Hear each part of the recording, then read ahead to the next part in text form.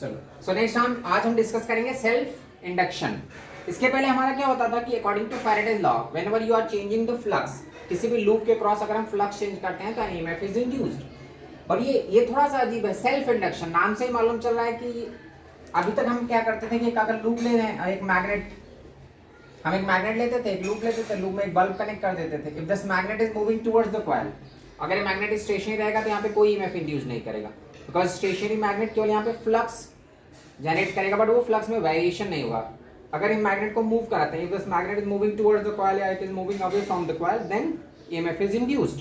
तो वो तो हमारा ईएमएफ होता था, बिकॉज हम फ्लक्स को चेंज करते थे। इस केस में हमारा क्या है, सेल्फ इंडक्शन, मतलब इस मैग्नेट की जरूरत ही नहीं है, मैग्नेट को नहीं यूज करना है। Self induction, self induced EMF. तो जैसे देखो, अगर टीचर किसी स्टूडेंट को पढ़ा रहा है तो उसको सेल्फ स्टडी नहीं बोलते। सेल्फ स्टडी क्या बोलते हैं, जब वो लड़का खुद से पढ़ रहा है, कोई स्टूडेंट खुद से अगर स्टडी कर रहा है, that is what self study is. तो अब हम क्या करें, हम एक कॉइल लेते हैं, एक कॉइल लिया मैंने, I am not using any external magnetic field, हम कोई एक्सटर्नल मैग्नेटिक फील्ड यूज ही नहीं कर रहे हैं, इस कॉइल के ही मैग्नेटिक फील्ड को यूज करने वाले हैं। मतलब कॉइल में ईएमएफ इंड्यूस हो रहा है तो कॉइल अपना ही मैग्नेटिक फील्ड यूज करेगा, अपना खुद का मैग्नेटिक फ्लक्स यूज करेगा। बाहर से कोई मैग्नेट नहीं, बाहर से कोई एक्सटर्नल फील्ड नहीं। हम अब तक जो हम लोगों ने स्टडी किया फैराडेज लॉ में, हम एक एक्सटर्नल फील्ड में किसी वायर को मूव कराते थे या एक कॉइल के क्रॉस एक एक्सटर्नल फील्ड वेरी कराते थे, देन ईएमएफ इज इंड्यूस्ड। तो वहां पे हम सेल्फ इंडक्शन नहीं बोलते, यहाँ पे हम क्या बोलेंगे, सेल्फ इंडक्शन। मतलब एक कॉइल में जो ईएमएफ इंड्यूस्ड होगा उसके लिए इसका खुद का मैग्नेटिक फील्ड रिस्पॉन्सिबल होगा। जैसे सेल्फ स्टडी करता है ना कोई स्टूडेंट, तो सेल्फ स्टडी कर रहा है मतलब वो खुद से ही स्टडी कर रहा है, then only it is called self study. अगर टीचर पढ़ा रहे हैं तो उसको हम सेल्फ स्टडी नहीं बोलते, ठीक है। सो अब तक हम लोगों ने जो फ्लक्स में वेरिएशन किया था, कहीं पे भी ईएमएफ के लिए फ्लक्स वेरी करना चाहिए, तो वो जो फ्लक्स वेरी करता था, हम एक एक्सटर्नल फील्ड लेते थे, एक्सटर्नल फील्ड में कॉइल को मूव कराते थे या फिर मैग्नेट को मूव कराते थे या फिर वायर को मूव कराते थे। So somehow we were changing the flux, कैसे भी करके हम फ्लक्स को चेंज करते थे, और फ्लक्स को चेंज करते थे तो ईएमएफ इंड्यूस्ड होता था। बट यहाँ पे क्या, सेल्फ इंडक्शन, सेल्फ नाम से ही मालूम चल रहा है कि वो बाहर का फील्ड यूज ही नहीं करेगा, ये कॉइल अपना खुद का, मतलब कॉइल ही ईएमएफ इंड्यूस्ड करेगा और अपने खुद के मैग्नेटिक फील्ड को यूज करके। बाहर से मैग्नेटिक फील्ड यूज करना अलाउड नहीं है। अब इसका अपना खुद का मैग्नेटिक फील्ड कैसे आएगा, ये कोई मैग्नेट तो है ही नहीं, हम इसको एक बैटरी से कनेक्ट करते हैं। चलो इस कॉइल को मैंने बैटरी से कनेक्ट कर दिया। जैसे हम बैटरी से कनेक्ट करते हैं, यहाँ पे करंट फ्लो करेगा, and due to flow of current this coil gets magnetized. जो हम लोगों ने एम्पियर्स लॉ में पढ़ा है कि किसी भी कॉइल के क्रॉस अगर करंट फ्लो करता है तो ये कॉइल मैग्नेटाइज्ड हो जाता है। So this coil is magnetized due to flow of current. Current flow किया तो ये कॉइल मैग्नेटाइज्ड हो गया। अब इस कॉइल के पास अपना एक मैग्नेटिक फील्ड है, लेकिन ईएमएफ इंड्यूस करने के लिए मैग्नेटिक फील्ड होना जरूरी नहीं है, मैग्नेटिक फील्ड में वेरिएशन होना चाहिए, वो मैग्नेटिक फील्ड वेरी करना चाहिए। ऐसा नहीं हमने बैटरी लगाया कॉइल मैग्नेटाइज्ड हो गया, कॉइल मैग्नेटाइज्ड हो गया, इसके पास एक मैग्नेटिक फील्ड आ गया, मैग्नेटिक फील्ड से फ्लक्स भी आ जाएगा। अब फ्लक्स आ जाएगा तो फ्लक्स होने से थोड़ी ना ईएमएफ इंड्यूस्ड होता है, according to Faraday's law EMF का भी इंड्यूस्ड होता है जब फ्लक्स चेंज होना चाहिए। तो when this coil is magnetised, इस कॉइल को हमने मैग्नेटाइज्ड किया, ठीक है, हमने बैटरी से कनेक्ट कर दिया, मैग्नेटाइज्ड हो गया, मैग्नेटाइज्ड हो गया, फ्लक्स आ गया, इसके चारों तरफ फ्लक्स है, बट वो फ्लक्स होने से ईएमएफ नहीं आता। ईएमएफ के लिए क्या चाहिए, EMF according to Faraday's law EMF is equal to what, d phi by dt। उस फ्लक्स में चेंज होना चाहिए, अगर फ्लक्स में चेंज नहीं हो रहा है तो EMF इंड्यूस नहीं होगा, मतलब हमको चेंज चाहिए। अब इस फ्लक्स में देखो चेंज कैसे होता है, होता क्या है, ये कॉइल, जब हम इस कॉइल को बैटरी से कनेक्ट करते हैं ना, तो स्टार्टिंग में ये कॉइल जो है, ये जो हमारा करंट, इसमें जो करंट फ्लो कर रहा है, इसमें भी कुछ रेजिस्टेंस हो सकता है। तो एट द बिगिनिंग, स्टार्टिंग में t इज इक्वल टू 0 पे, जैसे ही हम कॉइल को बैटरी से कनेक्ट करेंगे ना, तो t इज इक्वल टू 0 पे ये इनफाइनाइट रेजिस्टेंस ऑफर करता है। It offers infinite resistance at t is equal to 0। Starting में ही ये मैग्नेटाइज, मतलब ये करंट को अलाउ नहीं करना चाहता, ये इनफाइनाइट रेजिस्टेंस ऑफर करता है। धीरे धीरे क्या होता है, जब इनफाइनाइट रेजिस्टेंस ऑफर करेगा तो उस टाइम पे करंट की वैल्यू क्या रहेगी, 0। हमने बैटरी तो लगा दिया, यहाँ पे बैटरी कनेक्ट कर दिया, बैटरी हमने कनेक्ट किया, बैटरी क्या कर रहा है, कॉइल में करंट फ्लो कराने को ट्राई कर रहा है। बैटरी कॉइल में करंट फ्लो कराना चाहेगा तो कॉइल मैग्नेटाइज्ड होना चाहता है, लेकिन स्टार्टिंग में ही कॉइल क्या करता है, इनफाइनाइट रेजिस्टेंस ऑफर करता है। आफ्टर लॉन्ग टाइम, जैसे जैसे टाइम बीतता जाता है, इसके रेजिस्टेंस की वैल्यू कम होती है, ये कॉइल के रेजिस्टेंस की वैल्यू कम होगी, और लास्ट में आके ये जो कॉइल है वो 0 रेजिस्टेंस ऑफर करता है। मतलब स्टार्टिंग में वो मैक्सिमम अपोजिशन शो करेगा और t is equal to infinite पे वो 0 रेजिस्टेंस ऑफर करेगा। जब ये जीरो रेजिस्टेंस ऑफर करेगा तो उस टाइम पे करंट क्या हो जाएगा, मैक्सिमम। तो देखो ये बैटरी ने तो करंट को वैरी नहीं करा है, करंट को कौन वैरी करा रहा है, ये हमारा जो इंडक्टर है, जो कॉइल है, कॉइल क्या कर रहा है, स्टार्टिंग में इनफाइनाइट रेजिस्टेंस ऑफर कर रहा है। तो जब स्टार्टिंग में इनफाइनाइट रेजिस्टेंस ऑफर करेगा तो उस टाइम पे करंट क्या होगा, जीरो। लास्ट में T is equal to steady state जब आ जाएगा, स्टडी स्टेट में ये बिल्कुल भी रेजिस्टेंस नहीं ऑफर करता, तो स्टडी स्टेट में रेजिस्टेंस इसका क्या हो जाता है, जीरो। रेजिस्टेंस जीरो हो गया तो उस टाइम पे करंट मैक्सिमम। तो जरा देखो करंट वेरी कर रहा है, करंट की वैल्यू वेरी की जीरो से लेके मैक्सिमम तक। तो करंट की वैल्यू जो है वो पहले जीरो था, बाद में मैक्सिमम हुआ। तो जब करंट वेरी कर रहा है तो डी है, वेरिएबल करंट है। जो आई की वैल्यू ये क्या है, वेरिएबल। तो यहाँ पे जो फील्ड होगा, because of variable current field भी वेरिएबल होगा, फील्ड वेरिएबल होगा तो फ्लक्स भी वेरिएबल होगा, फ्लक्स वेरिएबल होगा तो EMF is induced, EMF is, तो यहाँ पे ईएमएफ इंड्यूस्ड हो जाता है। तो हमने एक बैटरी कनेक्ट किया, बैटरी क्या करता है, अगर यही रजिस्टर होता ना तो रजिस्टर में क्या होता है, बैटरी एक कांस्टेंट करंट प्रोवाइड करता है, लेकिन यहाँ पे ये इंडक्टर है, ये जो कॉइल है इसको हम इंडक्टर बोलते हैं। तो इस इंडक्टर में जो रेजिस्टेंस है वो कांस्टेंट है ही नहीं, वो वेरिएबल रेजिस्टेंस है। वेरिएबल रेजिस्टेंस होने की वजह से करंट वेरी करता है, करंट वेरी करेगा तो मैग्नेटिक फील्ड वेरी करेगा, magnetic field vary because current की वजह से ही, because of current only it gets magnetized ना। तो current is variable, why current is variable, because resistance, ये जो इंडक्टर है वो रेजिस्टेंस ऑफर करता है, वेरिएबल रेजिस्टेंस। स्टार्टिंग में मैक्सिमम अपोजिशन होता है, बाद में अपोजिशन कम होता है। जैसे तुम लोग को जब पढ़ाना स्टार्ट किया था, जैसे स्टूडेंट लोग टीचर को जब पहले पहले स्टार्टिंग में क्लास में जाते हैं तो टीचर को देखते ही उनका मूड खराब हो जाता है कि अरे आ गया पढ़ाने के लिए, ठीक है। बाद में तो स्टार्टिंग में पढ़ना नहीं चाहते, लेकिन बाद में क्या होता है कि जब टीचर उनको अच्छा नॉलेज देगा तो फिर बाद में धीरे धीरे उनको मन लगने लगता है, उनको लगता है हाँ ये मेरा पढ़ाई में ही फ्यूचर है ये वो, तो धीरे धीरे उनका अपोजिशन खत्म हो जाता है। स्टार्टिंग में जब टीचर को नहीं जानते रहते तो देखते ही उनका मूड, स्टूडेंटों का मूड खराब हो जाता है, अरे आ गया पढ़ाने के लिए। लेकिन धीरे धीरे क्या होगा, जब टीचर उनको अच्छे से एक्सप्लेन करेगा, टीचर से फिर अच्छी ट्यूनिंग बन जाती है, तब फिर वो टीचर देख के गुस्सा नहीं होते। जैसे स्टार्टिंग में तुम लोग भी मुझे देख के गुस्सा ही हुए रहोगे, अरे आ गया पढ़ाने के लिए, ठीक है। तो स्टार्टिंग में वही इंडक्टर ही है तुम लोगों के जैसा, स्टार्टिंग में क्या करता है, इनफाइनाइट रेजिस्टेंस ऑफर करता है। तो जब इनफाइनाइट रेजिस्टेंस ऑफर करेगा तो उस टाइम पे करंट क्या होगा, जीरो। जैसे जैसे टाइम बीतेगा रेजिस्टेंस क्या हो जाएगा, जीरो। स्टडी स्टेट में रेजिस्टेंस जीरो हो जाता है। तो जब रेजिस्टेंस जीरो हो गया, मतलब कोई स्टूडेंट टीचर पढ़ाते पढ़ाते फिर बाद में स्टूडेंट को रियलाइज होगा कि हाँ टीचर अच्छा पढ़ा रहा है, तो फिर वो उसको देख के नहीं गुस्सा होते, उनका मूड ऑफ नहीं होता। तो लास्ट में ये इंडक्टर भी वैसा ही है, इंडक्टर स्टडी स्टेट में क्या करता है, जीरो रेजिस्टेंस ऑफर करता है। स्टार्टिंग में मैक्सिमम रेजिस्टेंस ऑफर करेगा, करंट अलाउ ही नहीं करना चाहता, स्टडी स्टेट में आने के बाद वो जीरो रेजिस्टेंस ऑफर करेगा। जब जीरो रेजिस्टेंस ऑफर करेगा तो at that time current is maximum. मतलब ये तो मालूम चला है कि इसमें जो करंट है वो मैक्सिमम मतलब वेरिएबल है, जीरो से मैक्सिमम तक गया। जब ये जीरो से मैक्सिमम जाएगा करंट, करंट की वैल्यू जीरो टू मैक्सिमम गई, so current is variable, current is variable, so because of that current this coil is magnetised, so magnetic field is variable, magnetic field variable है तो flux भी variable होगा, flux variable होगा, सो EMF is induced. तो because of variation of current यहाँ पे EMF induced हो रहा है। और ये जो कॉइल है वो किसी बाहर के मैग्नेटिक फील्ड को यूज ही नहीं कर रहा है, किसी एक्सटर्नल मैग्नेटिक फील्ड को यूज नहीं कर रहा है, एक्सटर्नल मैग्नेट के मैग्नेटिक फील्ड को यूज नहीं कर रहा है। That's why it is called self induction. ये खुद बेचारा मैग्नेटाइज्ड हुआ और खुद ईएमएफ इंड्यूस कर रहा है। Clear? That's why it is called self induction. ये हमारा तो सेल्फ इंडक्शन के अकॉर्डिंग यहाँ पे जो ईएमएफ इंड्यूस करेगा, EMF is directly proportional to DI by DT. EMF is directly proportional to di by dt, where di is what, variation of current. Why current is variable? Because of variable resistance. इसका resistance variable इसीलिए current variable है। तो EMF is directly proportional to di by dt। इस proportionality को हम हटाएंगे तो EMF क्या हो जाएगा, L, यहाँ पे constant यूज करते हैं, L di by dt।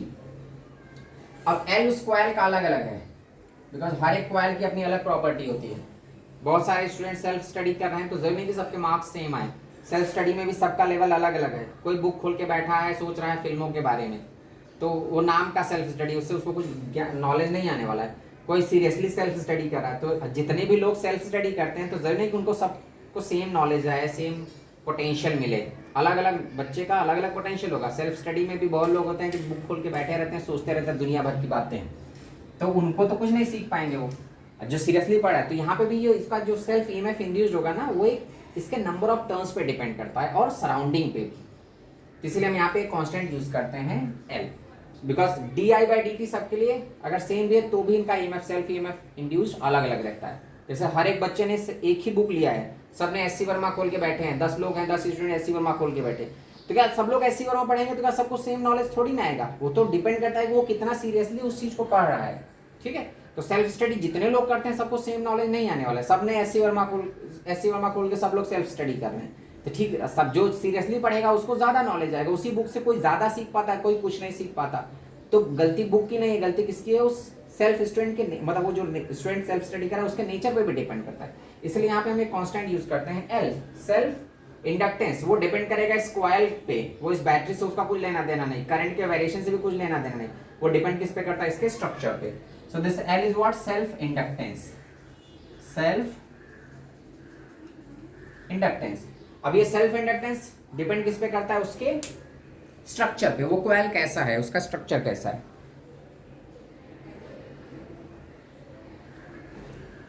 So L is what? Self inductance. L depend करेगा उसके स्ट्रक्चर पे। अब हम तो यहाँ पे देखो, जो इसमें ईएमएफ इंड्यूस हो रहा है इसके लिए उसने बाहर से कोई मैग्नेटिक फील्ड यूज नहीं किया, वो खुद मैग्नेटाइज्ड हुआ। That's why it is called self inductance, self induction, because it is going to use its own magnetic field.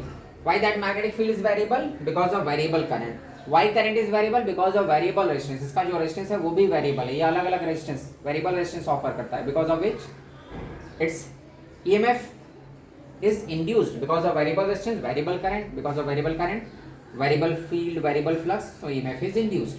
तो EMF is what? Directly proportional to di by dt है, EMF is equal to L di by dt, where L is self inductance. अब मैंने क्या बोला कि self inductance उस coil की property है, उस कॉइल पे वो डिपेंड करता है। तो अलग अलग कॉइल का सेल्फ इंडक्टेंस अलग अलग रहता है, वो डिपेंड करता है उसके मटेरियल पे, किस मटेरियल से वो बना हुआ है। अब अगर हम यहाँ पे निकालते हैं तो ईएमएफ हमारा क्या होता है? D phi by D T, EMF induced is equal to what? D phi by D T is equal to L D I by D T. ठीक है, दोनों साइड से डी टी कैंसिल कर दो, ये हमारा फ्लक्स है, is equal to L I, flux is equal to what we can write? L I, the magnetic flux is equal to self inductance into current. अब देखो, हमको मालूम है फ्लक्स क्या होता है? Magnetic field into area. If there are n number of turns, अगर इसमें n टर्न्स हैं तो एक लूप में, in a single loop, flux is what? B into A is equal to Li. If there are n number of turns, इसमें n turns हैं तो क्या होगा? NBA, the total flux, because of single turn, because of single loop, flux is what? B into A. If there are n number of turns, then flux is what? NBA is equal to Li, where n is number of turns, B is magnetic field and A is area. ठीक है, अब मुझे L का expression derive करना है, तो N B, B magnetic field. Ampere's law में हम लोगों ने पढ़ा था कि कोई भी अगर कॉइल है and when that coil is magnetised, तो उस कॉइल के एक्सिस पे, इसके एक्सिस पे मैग्नेटिक फील्ड का एक्सप्रेशन क्या होता है?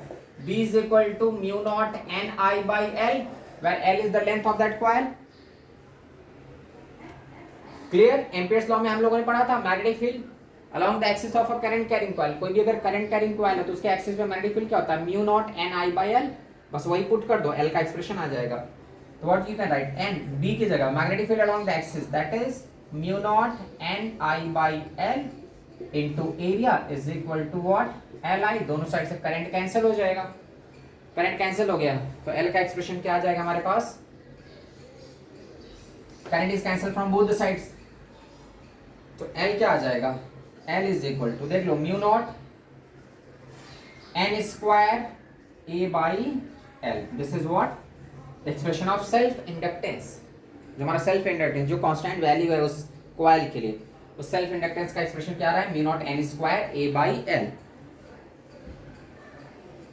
अब इसमें म्यू नॉट क्या है? Mu naught is permeability of vacuum. Mu naught है मतलब ये कॉइल वैक्यूम में रखा गया है, तो mu naught is permeability of vacuum.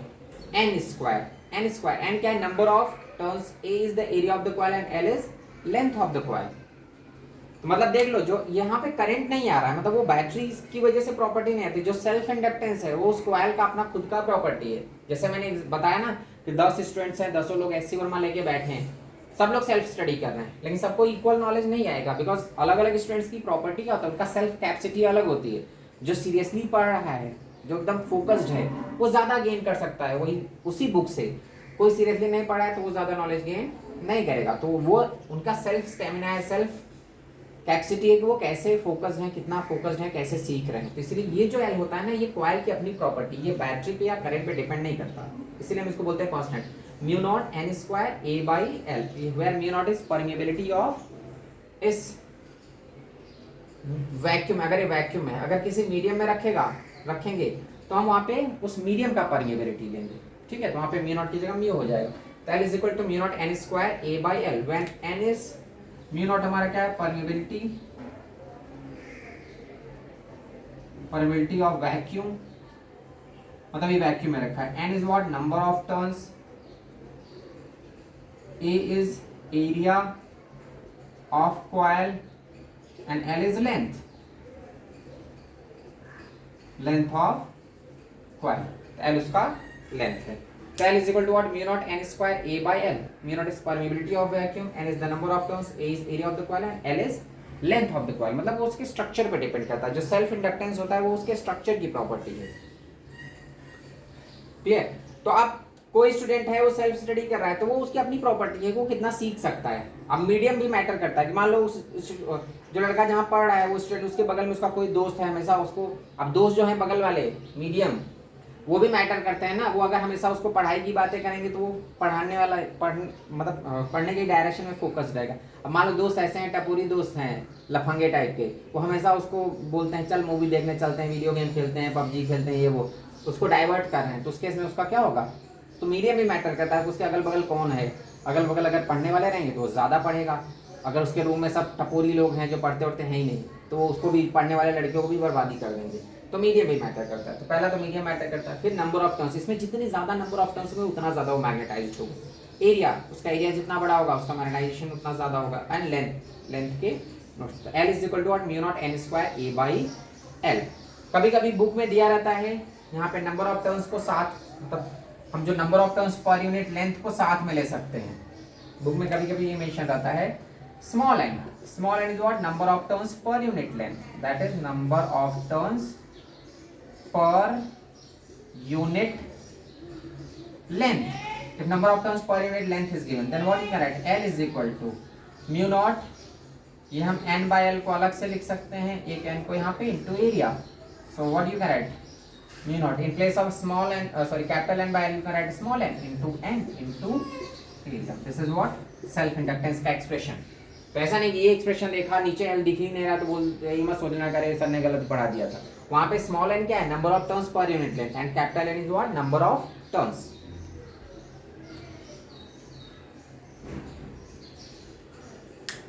Clear यहां तक, कोई डाउट?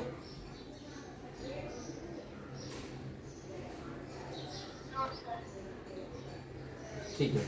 सो अब अगर यहाँ पे हम वेरिएशन ऑफ करंट, इसका जो करंट का ग्रोथ होगा, मतलब मैंने क्या बोला कि स्टार्टिंग में इसमें रेजिस्टेंस इनफाइनाइट रहेगा तो कुछ करंट ही नहीं फ्लो करेगा इंडक्टर में। बाद में धीरे धीरे रेजिस्टेंस की वैल्यू डिक्रीज करेगी, when resistance decreases value of current increases. अब हम ग्रोथ ऑफ करंट को स्टडी करेंगे, जैसे हम लोगों ने कैपेसिटर में किया था ग्रोथ ऑफ चार्ज, कैपेसिटर में चार्ज कैसे बढ़ता है फिर घटता है। तो that is growth of current across this inductor. इस इंडक्टर के अक्रॉस हम करंट को कैसे स्टडी करेंगे, ग्रोथ ऑफ करंट। तनिषा समझ में आया ना तुमको भी?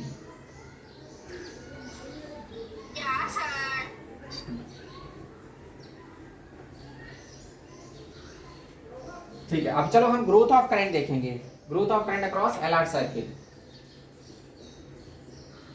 ग्रोथ ऑफ करंट, तो देखो यहाँ पे हमारा रेजिस्टर है, एक इंडक्टर मैंने लिया, यहाँ पे बैटरी लगा दिया, तो बैटरी का वोल्टेज V, यहाँ पर रेजिस्टेंस R है, एंड इसका जो self inductance of the coil is L। तो बैटरी से करंट स्टार्ट होगा, मैंने पहले बताया कि स्टार्टिंग में at t is equal to 0 ये इंडक्टर इनफाइनाइट रेजिस्टेंस ऑफर करता है। इनफाइनाइट रेजिस्टेंस मतलब समझो है ही नहीं, ऐसा t इज इक्वल टू 0 पे समझो ये है ही नहीं। तो जब ये रहेगा ही नहीं तो करंट फ्लो नहीं करता, तो t इज इक्वल टू 0 पे करंट नहीं होता। t इज इक्वल टू 0 पे करंट भी क्या होता है, 0। लेकिन जैसे स्टडी स्टेट आ जाता है, तो स्टडी स्टेट आ जाता है ना, तो ये इंडक्टर एक ऐसा स्ट्रेट वायर जैसा हो जाता है, because at t is equal to infinite पे इसका जो रेजिस्टेंस है वो 0 हो जाता है, तो करंट मैक्सिमम फ्लो करता है। तो ये करंट का वेरिएशन अपने को ऑब्जर्व करना है। तो t इज इक्वल टू 0 पे समझो इंडक्टर है ही नहीं, t is equal to infinite पे इंडक्टर को एक स्ट्रेट वायर जैसा हम कंसीडर कर लेते हैं। तो ये हमारा इंडक्टर है। अब इसके लिए मैं, तो ये तो स्टार्टिंग की कहानी और लास्ट मतलब जीरो से मैक्सिमम करंट तक गया, बट बीच में किसी भी टाइम पे करंट पूछ सकता है, तो उसके लिए हम एक्सप्रेशन डिराइव करेंगे, तो आर एल। ठीक है, तो मतलब यहाँ पे देखो करंट का ग्रोथ हो रहा है, मतलब डी आई की वैल्यू इंक्रीज कर करके आई होगी, मतलब इसको इंटीग्रेट करना पड़ेगा, मतलब ये चीज तो क्लियर हो रहा है थोड़ा सा कि हमको कहीं से एक छोटा सा करंट चाहिए, उसी को इंटीग्रेट करेंगे तो हमको ग्रोथ ऑफ करंट का एक्सप्रेशन मिलेगा। अब देखते हैं वो स्मॉल करंट आएगा कहाँ से। इस सर्किट में अगर हम किरचॉफ लॉ अप्लाई करते हैं, यहाँ से स्टार्ट करते हैं इस पॉइंट से, ए से लेकर ऐसे घूम घूम के वापस ए पे आएंगे, मैं यहाँ से अगर स्टार्ट करता हूँ तो बैटरी में क्या कर रहे हैं, नेगेटिव प्लेट टू पॉजिटिव जा रहे हैं, तो बैटरी पॉजिटिव रहेगा, इधर जाएंगे, ये हमारा रजिस्टर करंट के साथ जा रहे हैं, तो जब हम करंट के साथ जाते हैं तो current flows from high potential to low potential, तो हम अगर करंट के साथ है मतलब हम लो वोल्टेज की तरफ जा रहे हैं। यहाँ पे जो हमारा सेल्फ इंडक्टेंस आएगा, सेल्फ इंडक्टेंस क्या होता है, L D I by D T, और इधर भी मैंने क्या बोला कि ये जो ईएमएफ आता है ना, EMF is equal to L D I by D T. अगर हम लेंज लॉ अप्लाई करते हैं तो लेंज लॉ में क्या होता है, माइनस, ये अपोजिशन शो करता है, ठीक है। सो अगर हम लेंज लॉ अप्लाई करते हैं तो minus L D I by D T, इसीलिए हम इसको बैक ईएमएफ बोलते हैं, मतलब यहाँ पे जो ईएमएफ इंड्यूस हो रहा है ना इस इंडक्टर में, वो इसके अगेंस्ट होता है, बैक ईएमएफ रहता है। मैग्नीट्यूड तो हम क्या लिखते हैं, L D I by D T, अगर लेंज लॉ अप्लाई करेंगे तो यहाँ पे माइनस साइन आता है, दैट माइनस साइन इंडिकेट्स जो यहाँ इसमें ईएमएफ इंड्यूस होगा वो बैक ईएमएफ होगा, मतलब इस बैटरी के अगेंस्ट है, बैक ईएमएफ टाइप का, ठीक है। जैसे मैं तुम लोग को पढ़ा रहा हूँ तो तुम लोग बहुत पढ़ के सक्सेसफुल हो गए, तो बाद में मेरे को बोलने लगे कि सर आपसे फिजिक्स ज़्यादा आता है हम लोगों को, ठीक है, तो वो क्या हो गया कि बैक नॉलेज हो गया ना। तो यहाँ पे भी वही है, ये इंडक्टर की कहानी यही है कि बैटरी की वजह से ईएमएफ इसमें आया, इस बैटरी की वजह से करंट गया तभी ईएमएफ आया, लेकिन ये क्या कहता है, बैटरी के अगेंस्ट ही है, दुश्मन ही है उसका। जैसे इस रजिस्टर में भी देखो जो वोल्टेज आया था इसी बैटरी की वजह से है, लेकिन ये भी दुश्मन ही है अपोजिट डायरेक्शन में, तो वैसा इसमें भी बैक ईएमएफ है, minus L D I by D T is equal to 0। अब यहीं से हमको ग्रोथ ऑफ करंट का एक्सप्रेशन चाहिए, तो मतलब डी आई को इंटीग्रेट करना है, तो पहले सेम वेरिएबल को सेम साइड में अरेंज कर लो। हम इसको लिख सकते हैं L D I by D T is equal to V minus I are.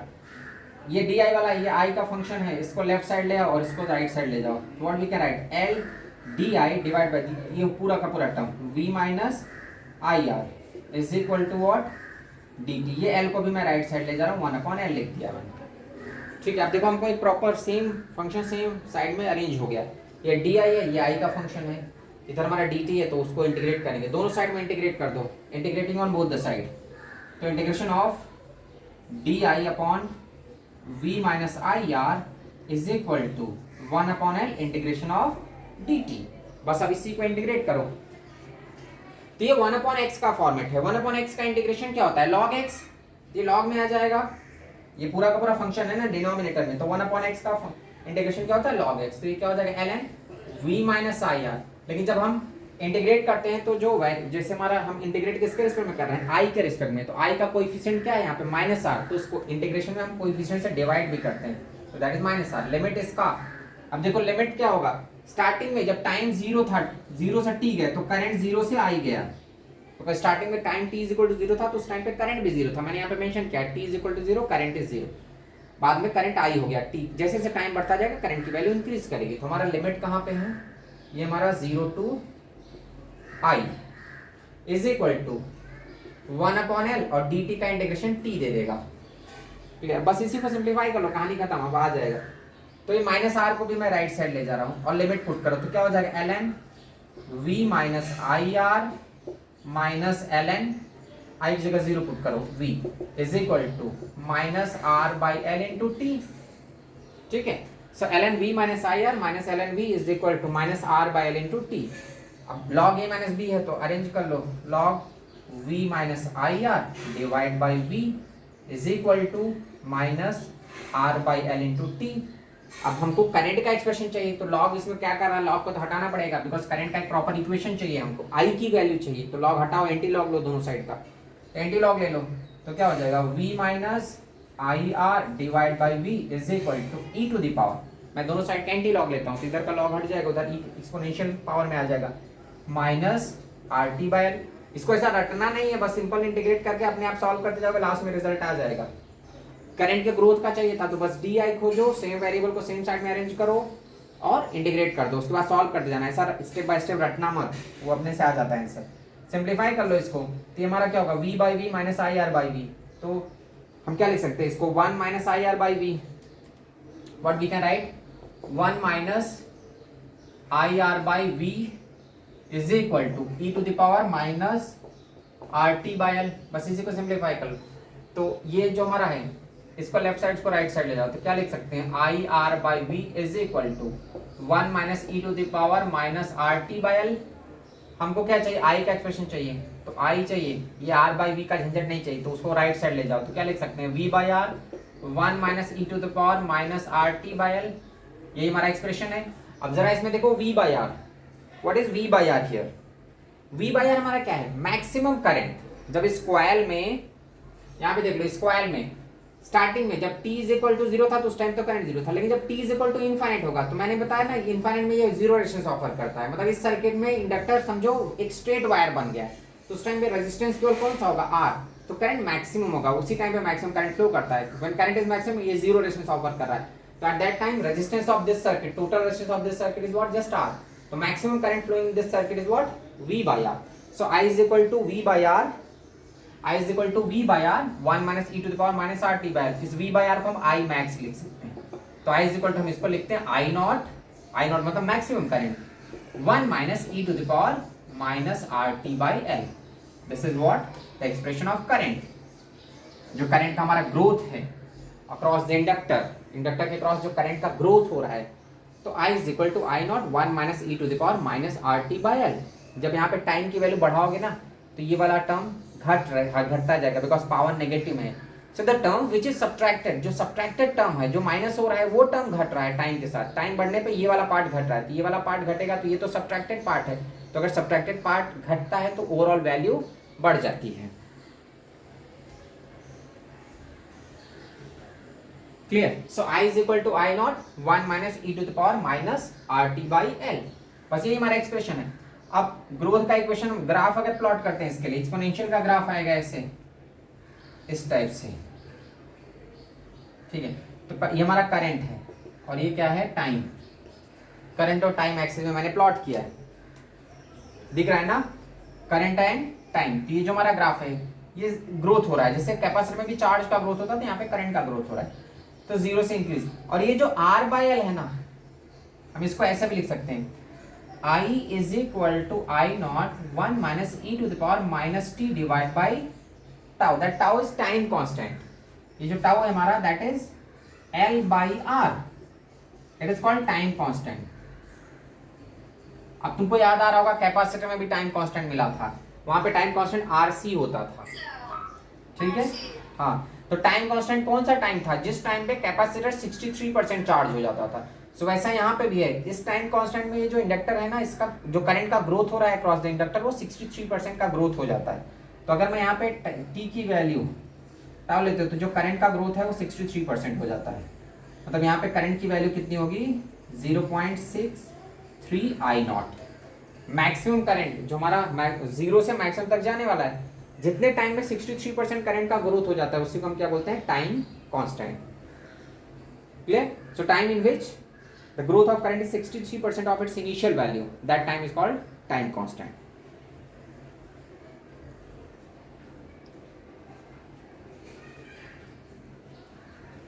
Clear यहां तक। ये हमारा ग्रोथ ऑफ करंट है, जब करंट का ग्रोथ हो रहा है अक्रॉस दैट इंडक्टर। अब डीके का भी, जैसे कैपेसिटर में हम लोगों ने पढ़ा था ग्रोथ और डीके, तो ये तो हमारा ग्रोथ की कहानी थी। डीके कब होगा, जब हम बैटरी हटा देंगे, ठीक है। तो अगर मैं डीके पे जाता हूं, ये तो ग्रोथ की कहानी होगी। अगर डीके पे जाते हैं, डीके ऑफ करंट, तो डीके में क्या होगा, बैटरी उड़ा दो। अब बैटरी उड़ा दो का इसका मतलब मैं सर्किट तोड़ दिया, बैटरी हटा दो, वहां पे एक स्ट्रेट वायर बना दो। अब क्या होगा, t इज इक्वल टू 0 पे करंट मैक्सिमम है, बिकॉज करंट का मैक्सिमम वैल्यू पे चला गया था करंट। अब डीके हो रहा है, जैसे t is equal to infinite होगा, करंट की वैल्यू क्या हो जाएगी, मिनिमम या 0। तो यहाँ पे स्टार्टिंग में t इज इक्वल टू 0 पे करंट की वैल्यू मैक्सिमम, बिकॉज ग्रोथ हो चुका था तब हमने बैटरी को हटाया, तो करंट स्टार्टिंग में मैक्सिमम है, बाद में t is equal to infinite पे धीरे धीरे करंट क्या हो जाएगा, 0। तो कुछ चेंज नहीं होगा इसमें, चेंज क्या होगा, हमने बैटरी को हटा दिया, मतलब ये बैटरी नहीं रह गया, बाकी सब कुछ सेम है। तब क्या होगा, आप इसको अरेंज कर लो, बैटरी उड़ा दो, L D I by D T is equal to what, minus I R, V हट गया। अब D I by D T is equal to what, divide by minus, चलो आगे से मैं कर रहा हूँ तो तुम लोग को लगेगा उसी में मिटा के काम चला रहा हूँ, ठीक है। यहाँ पे मैंने बैटरी हटा दिया, तो minus I R minus L D I by D T, सब कुछ वही है। L D I by D T is equal to what, minus I R. अब सेम वेरिएबल को सेम साइड में अरेंज करो प्रॉपर्ली, बस फिर से इंटीग्रेशन मार दो, बस बैटरी हटा के इंटीग्रेशन करना है और कुछ नहीं करना है। तो अब क्या हो जाएगा, D I divide by I, ये हमारा आई आ गया, आई आर, ये आई ले आओ, केवल आई हमारा फंक्शन है, अकेला है तो अकेले ले आओ उसको, टेंशन नहीं। D I by I is equal to minus R by L D T, integration मारो दोनों साइड का। अब देखो इंटीग्रेशन में लिमिट ध्यान देना, t इज इक्वल टू 0 पे करंट 0 नहीं है, t इज इक्वल टू 0 पे करंट मैक्सिमम है, दैट इज आई नॉट। और जब टाइम t होता है तो उस टाइम पे करंट घट के i हो गया है, तो यहाँ पे करंट का डीके हो रहा है इन दिस केस।